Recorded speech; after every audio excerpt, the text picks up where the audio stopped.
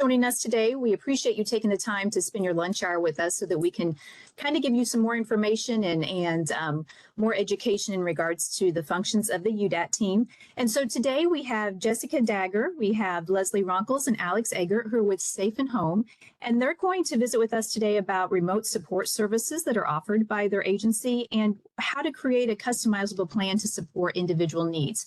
So I'm going to go ahead and turn it over to Jessica, and she's going to begin. Awesome. Thank you, Shelley. I appreciate it, as well as thank you, Kat.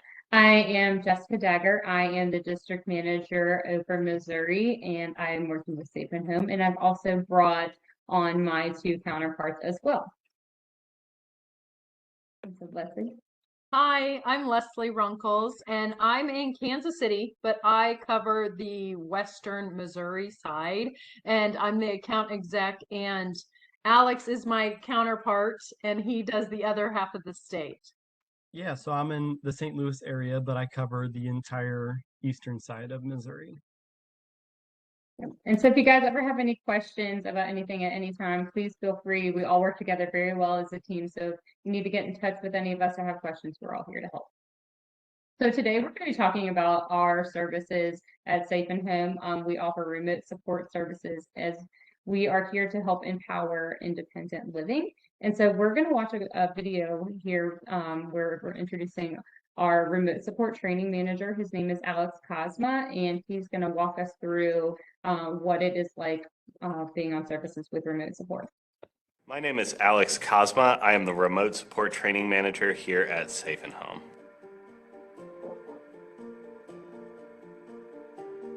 The remote support team is a bunch of people who believe in a very powerful proposition: independent living, dignity, full partnership in the game of human being for everyone that we work with in every capacity, both here at Safe and Home and in life. That proposition gives you a really powerful way of being while you're working with someone. Whatever struggles they may have going on, X or Y or Z happening in their home life, and you get them on the line, it's an opportunity to fulfill on that proposition by being really curious, wanting to know what's going on with them, and leaving them with a sense of, hey, I stand for you and your independence, and I've got your back. If something happens in the home, you can give me a call. You got something on your chest you need to get off, you can give me a call. And there's a team full of people in this building, and they are all here for you in the exact same way. The goal of remote support in general is to help the individuals we support live independently, live lives with self-determination, and live lives with dignity. When we work with somebody on remote supports, we're working pretty much any circumstance in life, whether somebody's in their 20s and living on in their first place alone, or in their 30s, living with family, or in their 50s or older, living with roommates in a home that they share out in the community. So our goal is to meet them wherever they are and help provide services that'll next level their independence and decision making, and give them the skills and support to go from where they are now to where they want to be in a relatively low touch way. They get to experience privacy, doing it for themselves, and knowing that they have the backstop of, if they really run into something, remote supports is there.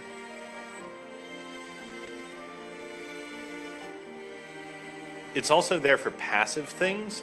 One of the obstacles to independence may be something like a risk of falls or some other passive danger in the home. Remote supports uses sensors and other electronic tools to help detect patterns of activity and minimize those sorts of risks.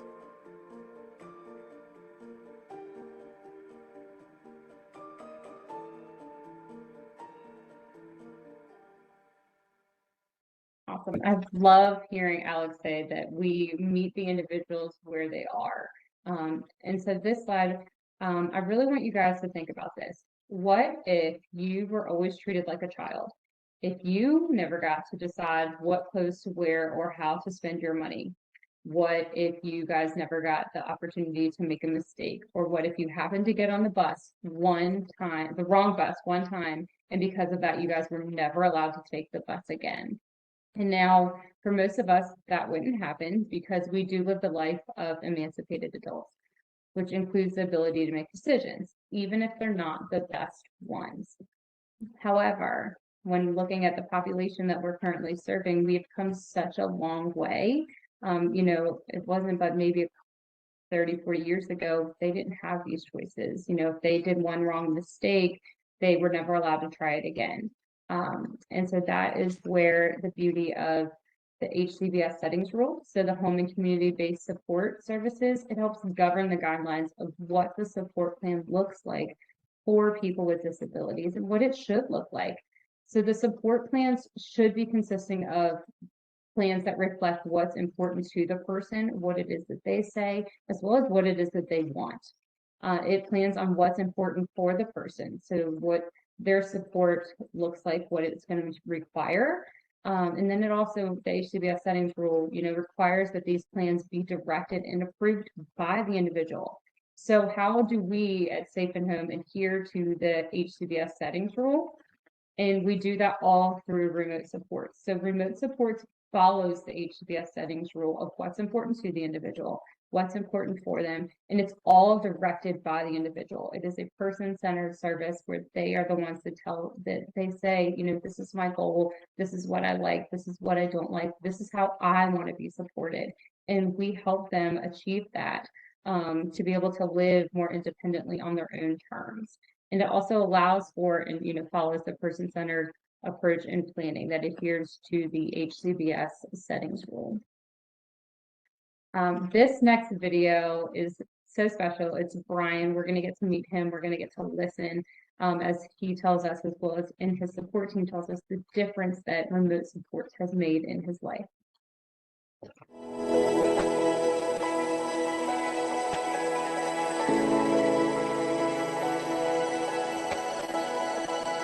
Brian loved him very dearly. And so when he passed away, he was left without anyone to really provide that care he had received his whole life. The day he died, practically tore my heart in pieces. The day I buried him, it still hurts.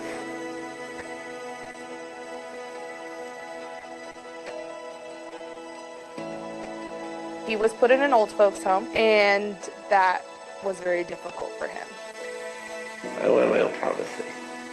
I wanted to come and go wherever I wanted without anyone knowing where I was all the time.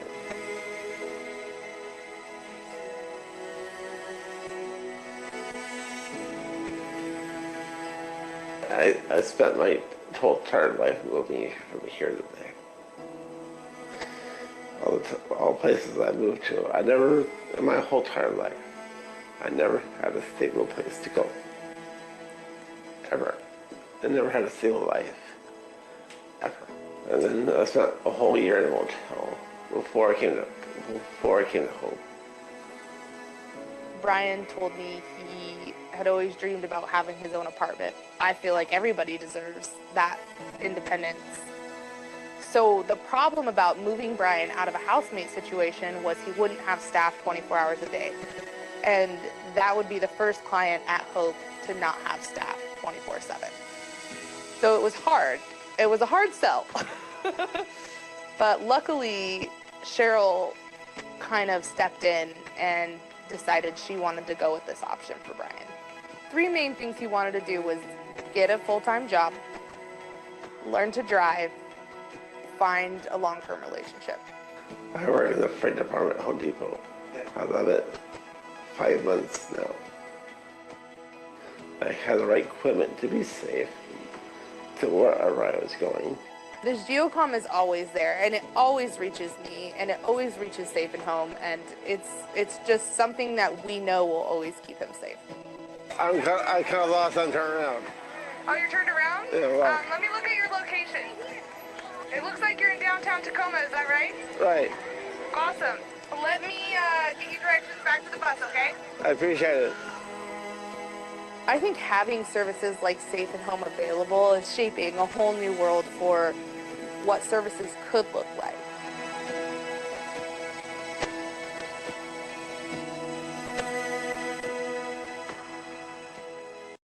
The story is so touching. I believe you guys have the ability to write in the chat. And if you do, I would love for you guys to, write in on what you saw in the video that resonates the most with you. And Shelly or Alex or Leslie, I'm not able to see the chat, but if there is some answers that come in, I'd love to hear, what resonates the most with you guys.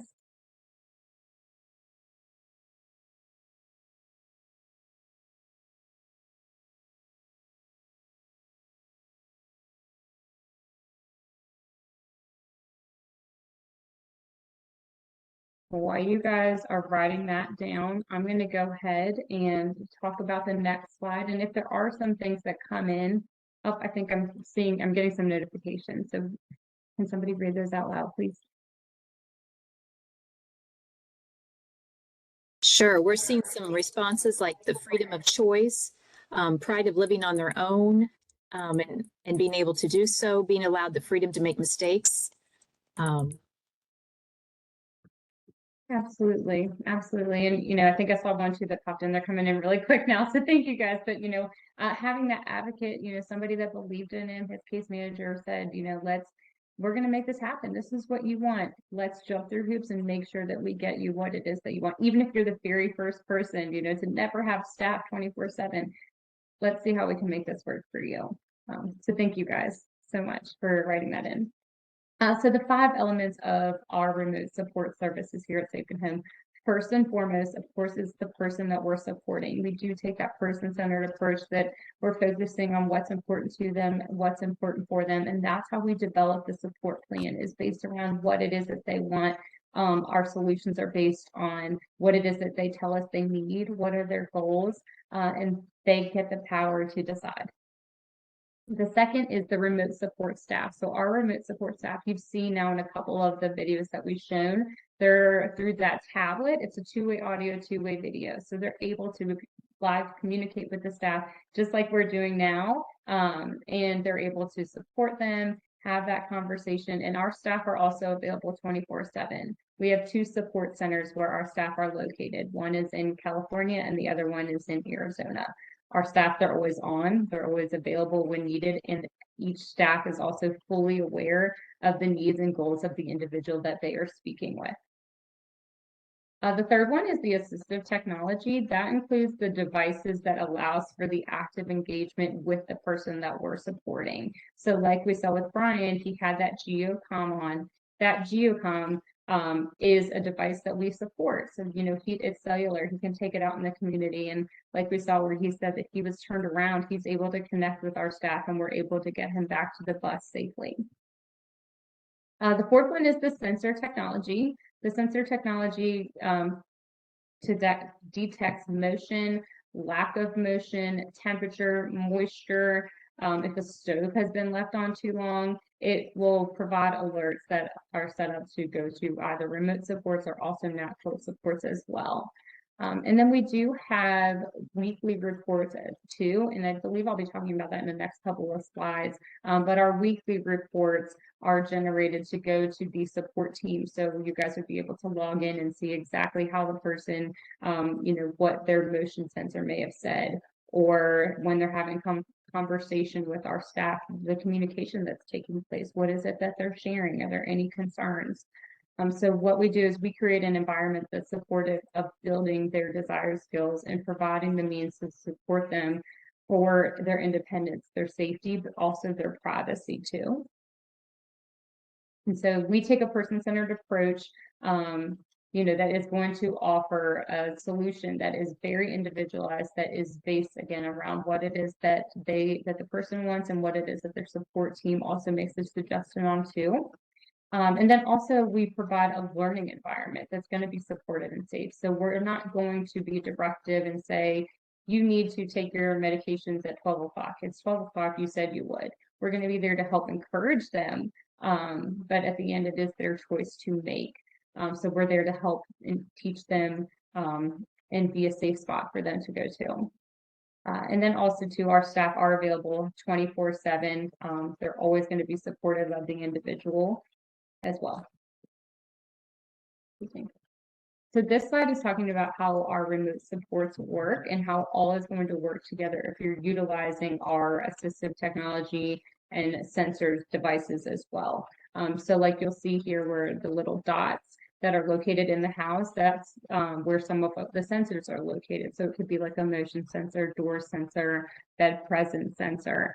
And if remote supports is on for that time frame, say we're on for monitoring for 12 hours, anytime that door or motion or bed sensor were to go off, it notifies us at remote supports to let us know, hey, this is what's going on. Let's do a check-in, see how they're doing. So to kind of recap about remote supports, it is a service, it's not a thing. So we're not here to replace people in their home, but we do integrate technology into their home to help provide that privacy and that safety, and also provide alerts. Somebody is always going to be available to them 24/7 to respond to a call, to do a check-in with them. If they have that written into their support plan that they need check-ins in the morning and then in the evening for nighttime routines, we're there. As well as just somebody to talk to too. So we also provide support for behavioral health. So if we have somebody, that maybe, I know in one of our videos that we have on YouTube, there's an individual that anytime she hears fire trucks, she begins to feel really anxious. So she calls into us to say, hey, this is how I'm feeling. I just heard a fire truck. And we're able to be that comfort for her and provide de-escalation techniques as well. So the human-to-human connection is what remains with remote supports. It's a service behind that. Take a sip of water really quick. Excuse me. All right, so let's talk a little bit about the remote support specialists. So all of our specialists are specially trained in acceptance and commitment therapy behavioral techniques. They also are HIPAA compliant and work in a HIPAA compliant workspace. So they have all the required state training that is needed for those that we are supporting. And of course, with the respect to the dignity of risk, we do this to ensure better outcomes, like when engaging with medication management. So if there's medication reminders, mitigating elopement, or just being there to help with decision-making skills as part of their daily living. So again, we really want to build that authentic relationship with them. And when we do, we're seeing that we're providing them the continuity, we're the stability, we're there, we're always showing up to support them. So all of our staff also, engage respectfully. Like I said, they're not ever going to be directive and tell them what to do, but they're there to help provide them that authentic relationship for them to be comfortable coming to us and us reaching out to them to help support them with reaching their goals. So this slide is talking about some of the weekly reports and documentation that we provide. So this screen that we're looking at right here is an individual's check-ins. So when we call out to them, it is always going to be documented. You'll be able to see exactly what was talked about, what time they called in, how they called into us, and it would be vice versa as well. So like if we called into, or they called into us and had a question, all of that is documented. If they're also utilizing our assistive technology, we would be able to see how often maybe they're using the restroom. If they're not using the restroom enough and we're noticing that the bathroom door is only opening once a day, we can build into the support plans for, encouragements of drinking more water to ensure that they're staying properly hydrated. And then also, like if we had maybe some bed sensors in there, we would be able to notice if there was like sleep and wake activity. If maybe the individual does have staffing throughout the day, but could not have was not able to find staffing at night, remote supports can do the handoff. So that way the staffing can let us know, hey, we are coming off of shift, you guys are now on shift, and we would note that. And then also, if there was any reports that came in throughout the night, everything is also documented and we follow that support plan. So some of our solutions that we do offer is seizure management, medication management, transition age youth, visitor safety, kitchen safety, and elopement. And we have had such great success in Missouri. And most recently, we had an individual that has come on to services with us and has truly thrived. And so Alex is going to share with us about this individual and a little bit about like where he came from, what his goals are, and how remote supports has made such a positive impact on his life. So Alex, I'll let you share a little bit about your success story, and then we can pop over to the next slide when we're done. Yeah, definitely. So I recently worked with a young man out in St. Charles County, and his goals were he really wanted to transition out of living with his parents to his own apartment. He was 28 years old, ready to live on his own and have his own ready to. So we supported him with living with his transition independently. And whenever we met for a consultation, he spoke up about what goals he wanted to achieve. And, he wanted to feel safe in his new home. He wanted to become independent by remembering to take his medications. He wanted supports with visitor and kitchen safety. So to assist him with achieving those goals, he has remote supports, and they provide him with check-in calls twice daily, just to check in, see how things are going, engage in active conversation, asking him how his day was going. Like Jessica mentioned, they're, always going to be supportive. They're never going to be directive. And they also were visually observing him taking his medication, providing him with prompts to remember to lock his door at night and when he left, and to grab his geocom. And so he especially liked, going out in the community, walking to work. So we provided him with one of these geocoms that you saw in the Brian video. And so he uses that geocom while he's out in the community to connect with his natural supports. If his mom is unable to answer the geocom, remote supports can then pick that up and talk to him. And it also has a built-in GPS for his support team to find his location if he becomes lost. You saw in the Brian video when he got turned around down in the city, they were able to talk to him and pick up his location and help him walk towards, the bus. And so he utilized that just to allow him to feel comfortable and safe while doing those activities out in the community. And actually, just during a recent check-in call, he mentioned just how happy he was living independently. And it's just been truly amazing to see him embrace living independently with self-determination in his own home with using remote supports. Awesome. Thank you so much, Alex. I love hearing success stories like that. And I know, Alex, actually, you just recently sent a story out last week. And that's our goal, is to, share with you guys the successes that we are seeing in Missouri, and, be there as a resource if you guys ever have any questions, or, maybe there's somebody that's on your case so they're like, yeah, this story does sound really familiar. Maybe I need to, let's have this conversation. Please always feel free to reach out to Alex or Leslie or myself, and we'll be there to help you. So this next slide actually talks a little bit about like what those next steps are to remote support services. So the first one is identifying those that are on your caseload that you think would be of great benefit to remote supports. If you, at any time you ever have questions, you're like, I don't know if they're going to be a good fit, I don't know how to talk with the family about this. Again, please feel free to reach out to us, and we are there to help see if that person is a good fit for remote supports or to utilizing assistive technology, and we would be happy to help. So once we identify that, yeah, let's have this conversation and talk about what the support would look like, we do that at the consultation. So we'll go out in person or virtual, but meet with the individual, meet with their support team, talk about services, talk about what their goal is and how we can help achieve them to get there. From there, we will then within 24 hours, we send you over a proposal. That proposal document outlines exactly what the individual service is going to look like.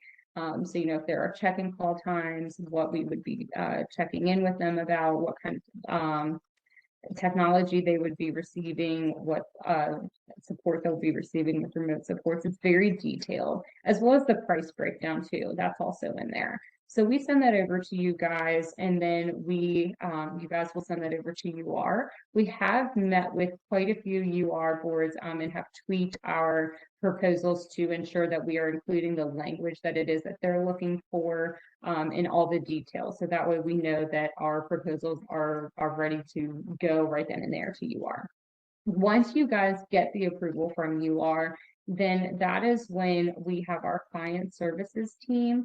We all meet together as a support team and bring in our client service team, and we will then begin developing that support plan. So that's where we really want to know the details of the individual, you know, if there's any safety concerns, talk about how the individual would get out safely if there was an emergency in the home. It's very detailed.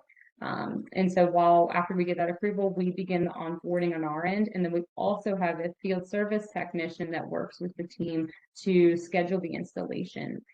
They'll be in contact, they will schedule installation with you guys. And while they're out there, they're not just going to drop off equipment. They really will do the installation. They're going to show the team exactly how it works, how to turn it on, how to connect with us. We'll do test calls so that way the individual can get used to what it looks like. And then once that installation is complete, services will begin. So they'll begin receiving their check-in calls that evening if that's in their support plan, or the next morning, or they can even begin calling into us 5 minutes after we leave and have the conversation to get to know us. And then from there, we, you know, we'll touch base, see how things are going. Things can be tweaked at any time as well. If we notice that maybe a check-in time needs to be added or adjusted, the care plan can, or the support plan can be adjusted to the individual's needs. And then that was the last one. So we have about 2 to 3-ish minutes left for questions. I'm happy to help answer some now, but if we don't get to it, I will follow up in an email with your questions and answers and get that out to you guys as well.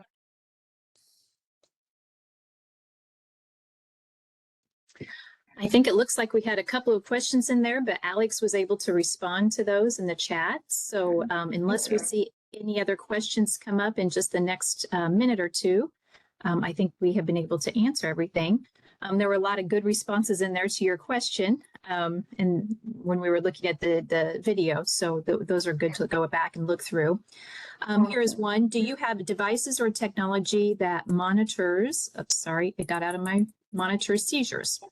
Yes, we do. Absolutely. Yep, we assist and support with seizure mitigation quite often. So yes, feel free. I believe Cheryl, I can now see the chat now that I'm not sharing. Cheryl, feel free to reach out. I think I see where Leslie and Alex have put their contact information to both of them if you'd like, or one or the other, and we'll be able to have that conversation with you about what that looks like. Okay. Well, I don't, oh, there I do see one. Okay, I'm getting ahead of myself. How do you work with the team to send through due process for the rights restriction piece required in Missouri? You can email this. Okay, Sherry, we may have to email that because that's a more complex discussion. That's a fun one. Yeah, that is. That's a little more complex, the layers to that, and might need some more specific scenarios or information to really be able to answer that. So I'll follow up with you, Sherry, but that is an excellent question. Yes, absolutely. And Sherry already knew it was going to be a fun question. Yeah, I don't see any other, here, can you share that info out to everyone? Yes, Dana, we will do that. Okay, I don't see anything else that is coming in through the chat. So, oh, I do. I got to quit saying that because here, every time I say that, there's a new one that comes in. It's coming in. Does Safe and Home help with backup plans? So we do provide, we'll help you with the language on what to put into there, and help you with that. Yes. I'm going to give it, we've got about 1 more minute, so I'll give it that time to see if anything comes through. Tammy, feel free to reach out and we can dive in a little bit deeper about that too. I'll put my information.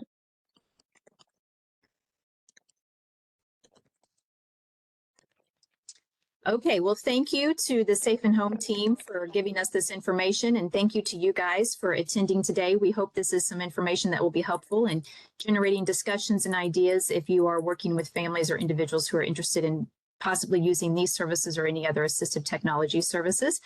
If there are any questions that are specific to Safe and Home, I think they've included all their contact information, so feel free to reach out to them.